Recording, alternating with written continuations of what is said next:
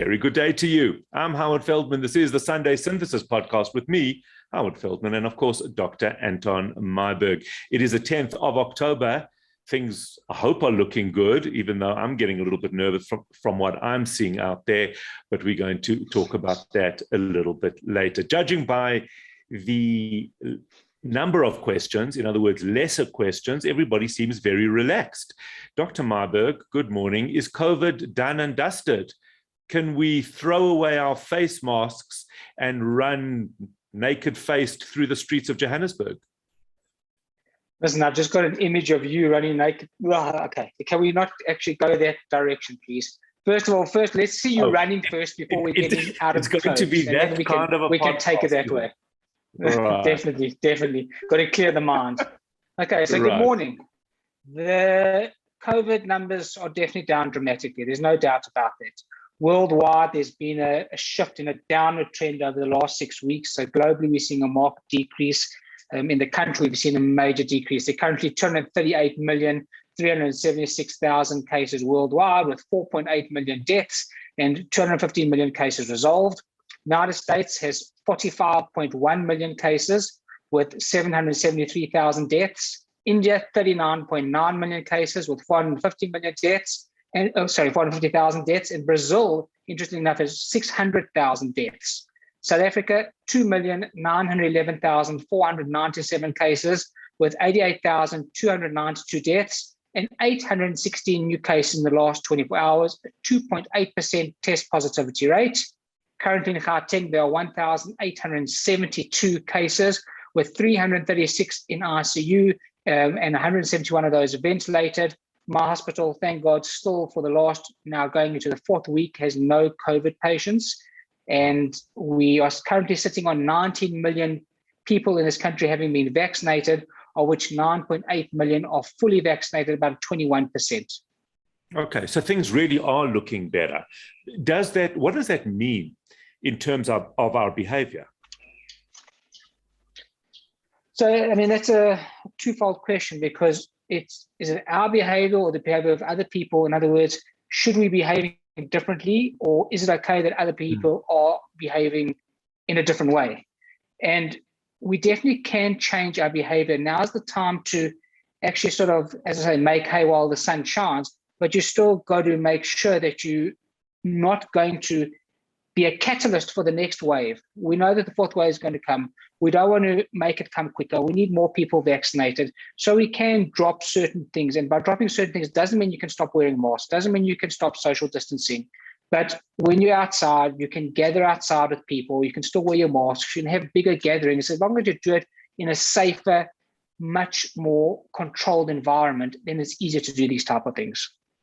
I keep asking this about wearing masks outdoors. If I go for a walk, obviously, I'm not going to wear a mask if there's no one else in the street. It just seems pointless. Is it okay just to go for a walk and then when you see somebody walking towards you, put your mask up? It's actually quite a silly question, and I'll tell you why. Because the government mandate is every single person outside of the house has to wear a mask. So it's not a question we can even sort of debate at this point in time until the government changes their stance or changes the law. But you've got to change. You're saying the law of the government is that you've got to wear a mask. I didn't say you don't have to wear a mask when you're outside. I said you still got to wear a mask when you're outside, when you're gathering with people, but you can have gatherings. It's a very different thing. You still have to wear a mask according to the government laws. If you go running, according to government, you do not need to wear a mask. Right. So according to government, you don't have to wear a mask, but if you're running with people, you should be wearing a mask. Once you bring people into the actual equation, okay, so let's go to my question. Unless you're running far apart. Right. So if you go back to my question, which you determined silly, which actually wasn't, is if I'm going for a walk or if I'm going for a run or whatever it would be, and I'm on my own, but then I see people coming towards me, then all I need to do is put up my mask. But if I'm by myself and if I'm walking in the streets for exercise or whatever it would be, then I'm okay to do that. Is that right? Yeah, but it's a stupid question not from your point of view, it's from the government point of view, because they say you shouldn't be wearing you shouldn't be outside without a mask, but yet you can run without a mask. So it doesn't make any sense. And that's what the whole thing of this mandate from the government has been the whole way through, that we just don't understand what they actually even say. In other words, there's an element of irrationality. Look, I think as long as, I don't even mind that, as long as they don't touch those beaches in December, because then I'll be really angry.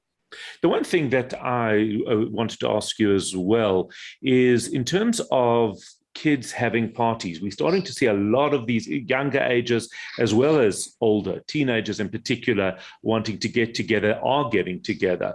What are your thoughts on this? As I said previously, make hay while the sun shines. Do it outside. Make sure that you've got social distancing. Make sure the kids are wearing masks. We want our kids to start actually being kids again and start actually having lives again. The problem is when there's no one to look after these kids or these younger adults or these teens, and there's no responsibility to say that, are they wearing their masks? Are they drinking alcohol? Are they smoking together? Are they sharing hubbly bubblies? Are they doing all these things? Because once that happens, once you start with the smoking and the drinking, then you drop the guard, because then you cannot make sure that people are going to be carrying on wearing their masks. So I'm all for kids' parties done with social sort of interaction, as well as the kids are wearing masks, as well as the social distancing is kept properly, and most importantly, do it outside. Then you've got less chance of spreading and you've got more chance of safety. In terms of this fourth wave that we have looming over our heads, does it have to be? Or is it possible? Does it have to be a wave, or is it possible to see an increase in cases to a certain amount, and then it dissipates because people are more vaccinated? So I think we got to clarify what is the actual term wave. What does it mean when you say wave? When we're going into the fourth wave, it basically means if you look at the 7-day moving average of the new cases over a 7-day period, that exceeds 30% of the peak of the previous wave. So what that actually means is, let's say the peak of the previous wave was 10,000 cases a day for 7 days. In other words, if you hit above 3,000 cases a day, then you've gone into the fourth wave. So right now, our numbers are very low, and we're very happy with that. If those numbers start increasing dramatically and get above that 30%, then we will have entered the fourth wave. Right. Are we going to get a fourth wave? There's no doubt we're going to get a fourth wave. The question we've got to ask is, will it be as dramatic as the third wave or the second wave? And we're not quite sure. That all depends on the vaccinated people. If more people get vaccinated, there's less chance of people landing up in the hospitals. And the issue with the waves are not the actual infections, it's the amount of people that actually land up in hospital, which put a strain on the healthcare, which put a strain on the actual institutions. And that's what we've got to worry about. And what we're seeing overseas is, yes, there's plenty of people getting infections, but the problem is that the unvaccinated people are the ones landing up in hospital. Those are the people that are getting sick. Those are the people that are getting critically ill. In fact, what should be done down the line is we're looking every single day at the numbers of people who are COVID positive or SARS-CoV-2 positive. But we should be getting to a stage now where we're saying, let's rather look at the number of people who are in hospital, especially with the numbers of vaccination going up. It makes far more sense to me that way. But we've still got to ramp up our vaccinations, and that will help prevent a broader wave in the fourth sort of wave, which we're hoping will be a lot less harsh on the country. I know you haven't seen many cases in hospital the last few weeks, which is absolutely brilliant. But in terms of the numbers, people dying having been fully vaccinated, how are those numbers looking? Because obviously now we should be getting more stats from both South Africa and around the world. Look, there's no doubt, and I've said this before, that no vaccine is foolproof. You still can die if you have been vaccinated, but there's a higher chance of you getting struck by lightning than dying from your vaccination. In other words, that's from the vaccination itself. There's an extremely high benefit to getting vaccinated to prevent infection, and it's more so to prevent actual severe and critical cases. We know you can still get infected. It's the same as I always say as influenza. When you get flu and you have a flu vaccine, you can still get flu, but it's very mild. A lot of the time it's asymptomatic, and a lot of the time it goes under the radar. So the numbers of breakthrough infections, especially in healthcare workers, have been noted has been very low. I mean, if you look at a cohort of study done across the hospitals, it's been a very small percentage of people who've had breakthrough infections, and even smaller percentage of people who have actually landed up in hospital having been fully vaccinated. Right. So the numbers are absolutely continuing to support the fact that vaccinations are safe and that they prevent serious illness and death. 100%. Okay. Not that they don't present it 100%, but they do. Right, no, I got it. You 100% agree. I'm finding you a little jarring today. Is everything all right at that hospital? No, it's that pink breast awareness shirt that you're wearing today. All right, says the guy who's showing us his cleavage. So let's just talk also about the fact that, and I would imagine this is a concern for it's a concern for you as a healthcare worker. We are moving, I think, from everything that you've said into dangerous territory now in terms of protection for healthcare workers, because it's about 8 months now since the Johnson & Johnson trials, the Sasonki trial started. We still, despite week after week being told that, yes, it's coming soon, that we'll get the booster shots for healthcare workers, it hasn't happened yet. What needs to happen? Healthcare workers start getting ill, and then we'll do something about it. What is going on? What is? Please God, not. Yeah, I think you're raising a very valid point and a very scary point, especially for healthcare workers, people who are working on the front line. And once again, I'm talking about people who are working in hospitals when these patients get admitted and on the front line, as well as your auxiliary staff, your physiotherapists, your GPs who are also seeing the patients on the front line. These are the people that need to be protected so we can actually carry on looking after the patients. And a study came out recently about the Pfizer vaccine that shows that people who have had protection after the second injection or the second vaccine, after you've had that, your levels wane of your antibodies within a few months. But up to 6 months, you're still protected against severe disease or critical disease up to about 90% for at least 6 months. So that means after you've had your first dose of your Pfizer, you get about 35 to 40% protection within 3 weeks. After you've had your second dose, about within 4 weeks, you get about 77 to 80% protection against mild to moderate infection, and you get about 95% to 96% protection against severe or critical disease. But with that waning and those antibodies and those neutralizing antibodies actually decreasing, we're now all going to be in a stage where we need to be boosted. And that has been shown across the world now. In Israel, the CDC are bringing that up as well to say that, you know, people who are immune suppressed, in other words, people who are on chemotherapy or people who are on chronic corticosteroids or people who've had stem cell transplants, people on dialysis, these people have got weakened immune systems. So therefore, after their second Pfizer, they need to have a boost. And we can corroborate that with the Johnson & Johnson. We've noted, and from the studies show that you need to get a booster after the Johnson & Johnson. So whether or not it's going to be a Pfizer or whether it's going to be a Johnson & Johnson, if you were vaccinated 8 months ago, now is the time to get your booster. Why hasn't it happened? Well, because the government are sitting on the backsides as usual. We need it to be done. There's no lack of vaccines in this country. We have got enough vaccine. We've actually got a surplus of vaccines. I mean, you can go past so many of these vaccine sort of places where they're actually giving the vaccine, and you can see that there's hardly any queues at the moment. So they've got a surplus of vaccines. They're wasting vaccines on a daily basis because they draw them up in the mornings. Why is that not being given to your healthcare workers? Why is it not given to your auxiliary workers, the people who are desperate to get them so they can continue protecting you?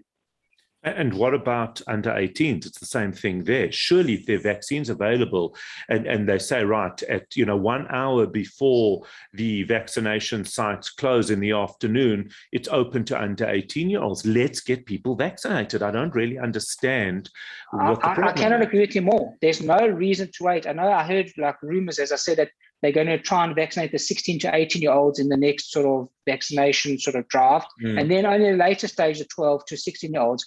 But what's the point? What is the point of waiting if you don't have people? I know we're trying to do the VUMA, we're trying to push people to get vaccinated, and the government to do that more effectively. But in the interim, while we're sitting there and no one's getting the vaccinations, push for the people who want to be vaccinated.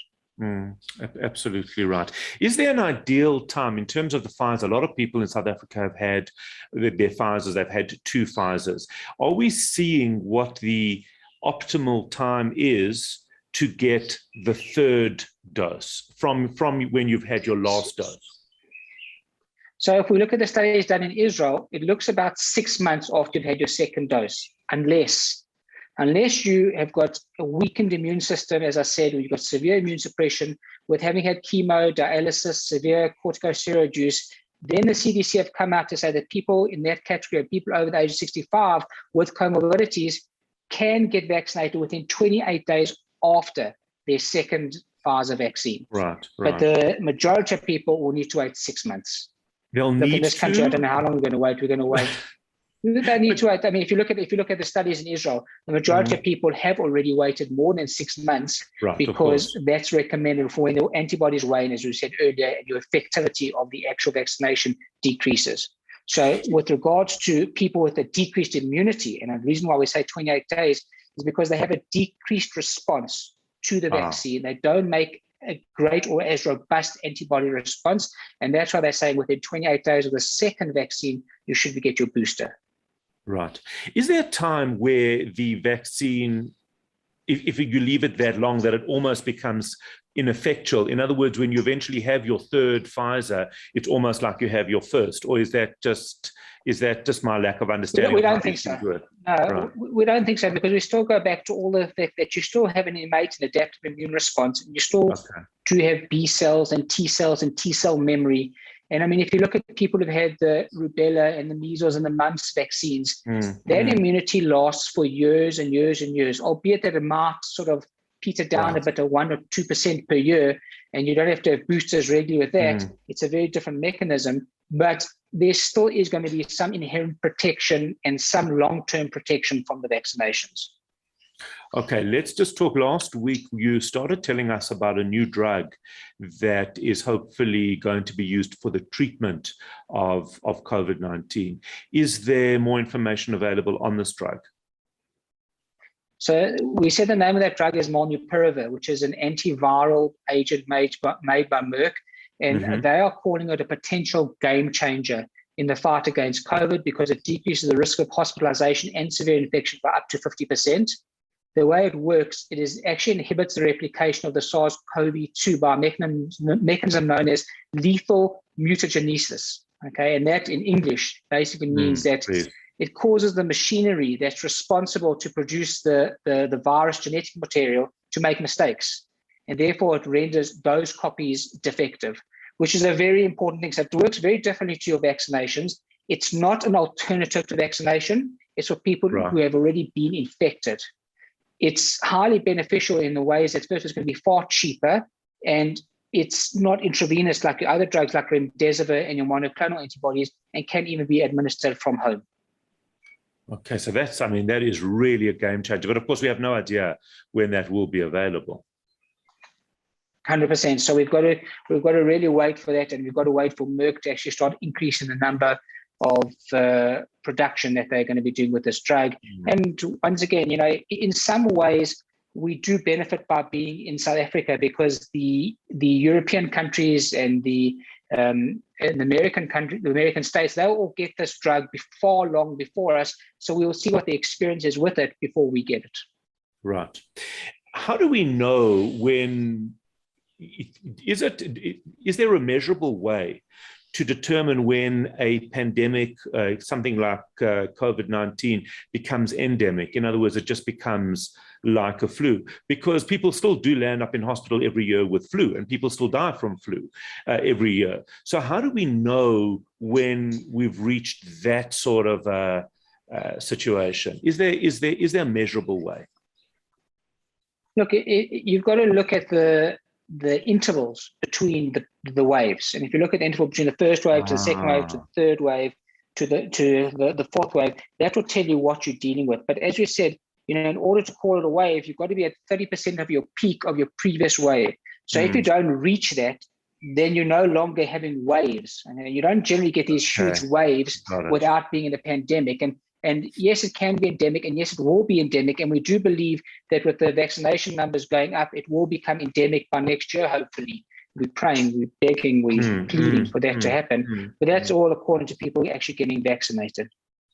Yesterday, I was asked to participate on a panel to discuss whether vaccinated people should, or people who choose not to be vaccinated, should be allowed into places of worship. And it was quite an interesting discussion. What are your thoughts on that? If somebody chooses to be not to get the vaccine, what limitations do you think should be or can be placed on those people? So from this, we're talking from a non-medical point of view. We're talking more from a social point of view. And from a social point of view, there's reasons why the rest of the world is giving out this vaccine passport, as well as South Africa is doing it now. For the sole purpose is that everyone believes that you need to be vaccinated. If you're not vaccinated, you're at a higher risk of spreading the virus to other people. And therefore, my belief is that if you're going to religious gatherings, if you're going to gatherings and you have chosen not to be vaccinated, then you shouldn't be allowed to go to those gatherings, because you are taking the safety away from people. You're taking people's sort of right to be in areas where they're unprotected away from them because of your needs, your selfish needs, should I say. So I'm a firm believer in this vaccine passport. I think it's very important. I do believe that when you go to social gatherings, you should have proof that you have been vaccinated. It's the way going forward. No doubt about it. But just to be clear, if I'm fully vaccinated and somebody who's unvaccinated comes into an environment, am I at greater risk even though I have been vaccinated? Because that's the question. We have discussed this. We have discussed this before for a reason to say that, someone who's unvaccinated can still transfer the virus to you. Now, because you've been vaccinated, we know that there's a lesser chance of you getting severe critical disease from it or landing up in hospital, but you can still get mild to moderate disease. And in someone who's immune suppressed, or someone who doesn't even know they're immune suppressed, who've been vaccinated and think that they're safe, they can transfer the virus to them and they can make them sick. So it's particularly people who are vulnerable that we're talking about. So in fact, it becomes even more. But not even vulnerable people. It's people who aren't. It's people who actually then get infected, who aren't vulnerable, who go home and spread it to their parents or to their grandparents. Right. So it's the whole cycle. Right.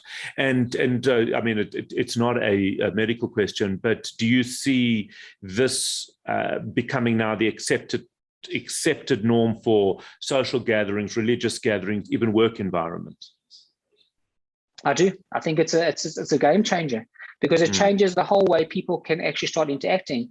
I mean, I think soon, within the next, hopefully 3 or 4 months, we'll be able to go to outdoor gatherings without masks. I think it's definitely on the cards. And even like Israel do, where they actually have outdoor gatherings, no masks, they go indoors with masks.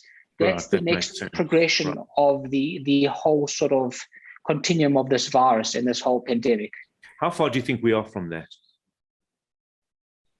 And I'm not talking legally. I mean, I'm not talking legally, because that's irrelevant. I'm saying we always look at the other countries to follow their lead. And if you look at, like Israel, we're always about 4 to 6 months behind them. So I'd say we're about 4 to 6 months behind them regarding that. And we've also just, as I say, and I'm going to say it again and again, it's all dependent on how many more people we can get vaccinated in this country. Right. Absolutely. Absolutely awesome. That is where we leave it. Is there good news? So there's great news. The sun's out. The numbers are down worldwide. The numbers are down in the country. Travel is open to the UK. So now we can at least go and visit Anfield. I mean, what a blessing is that, If you're fully vaccinated. If you're fully vaccinated with your vaccine passport. Mm-hmm. Yep. And the quote, the pain you feel today is the strength that you feel tomorrow. Be safe, look after yourself, and carry on doing the right thing. Absolutely right. That is where we leave it, Dr. Anton Meyberg. Thank you, as always. Please don't forget to subscribe below to our YouTube channel, and you'll get updates as and when they become available. In the meantime, you have a fantastic week. Keep sending us your questions, and we'll see you next week, Sunday. Be safe and God bless. I'm Howard Feldman for the Sunday Synthesis Podcast.